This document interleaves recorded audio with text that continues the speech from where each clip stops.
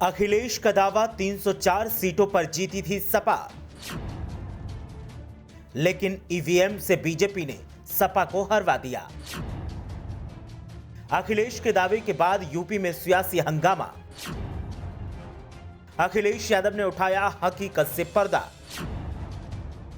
क्या ईवीएम पर उठाए गए सवाल जायज हैं? यूपी विधानसभा चुनाव जितना मतदान के दौरान सुर्खियों में नहीं रहा, उससे कहीं ज्यादा सुर्खियां चुनावी नतीजों के बाद बन रही हैं। अब सपा प्रमुख अखिलेश यादव ने खुलासा किया है कि सपा को 304 सीटों पर जीत मिली थी, लेकिन ईवीएम में खेल करके हरवा दिया गया।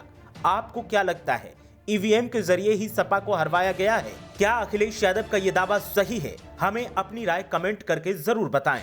खैर, अखिलेश यादव के इस खुलासे के बाद सवाल इस बात का है कि आखिर सपा को जो 304 सीटें मिली वो कौन कौन सी थीं और सपा को मिलने वाला वोट गायब कहां हुआ। अखिलेश यादव ने जो खुलासा किया है उसके मुताबिक सरकारी कर्मचारियों ने एक तरफा अखिलेश यादव की नीतियों को पसंद किया था और सपा के खाते में अपना वोट दिया था। अखिलेश यादव ने इस खुलासे को सार्वजनिक करते हुए तमाम ऐसे दावे भी पेश किए हैं जिससे लगता है कि सपा के साथ खेल हुआ होगा, लेकिन बीजेपी के लोग अखिलेश यादव के दावे को उनकी खींच बता रहे हैं। दरअसल अखिलेश यादव ने मामले पर कहा है कि पोस्टल बैलेट में सपा गठबंधन को मिले 51.5% वोट व उनके हिसाब से 304 सीटों पर हुई सपा गठबंधन की जीत चुनाव का सच बयान कर रही है। पोस्टल बैलेट डालने वाले हर उस सच्चे सरकारी कर्मी, शिक्षक और मतदाता का धन्यवाद जिसने पूरी ईमानदारी से हमें वोट दिया। सत्ताधारी याद रखें, छल से बल नहीं मिलता। अखिलेश यादव के इस दावे के बाद उत्तर प्रदेश की सियासत में एक बार फिर नई बहस छिड़ गई है।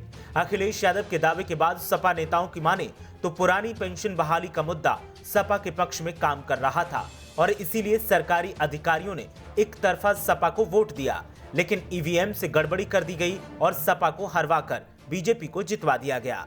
जब दावे पर सवाल किए जाते हैं तो सपा के नेता करीब 100 ऐसी सीटों के तौर पर नाम गिनवाते हैं जहां पर सपा महज 200 से 1000 वोट के बीच के अंतर से हारी है। समाजवादी कार्यकर्ताओं का कहना है कि हमने जमीन पर बेहतरी से मुद्दे उठाए और चुनाव भी बेहतरी से लड़ा, लेकिन बीजेपी ने साजिशन हमें हरवाकर सरकार बना ली। वहीं सियासी जानकारों की माने तो सपा को अब ईवीएम का राग छोड़कर अपनी हार के कारणों पर मंथन करना चाहिए और जो कमियां हुई उनका सुधार करते हुए अगले चुनाव की तैयारी करनी चाहिए। ब्यूरो रिपोर्ट, मीडिया हलचल।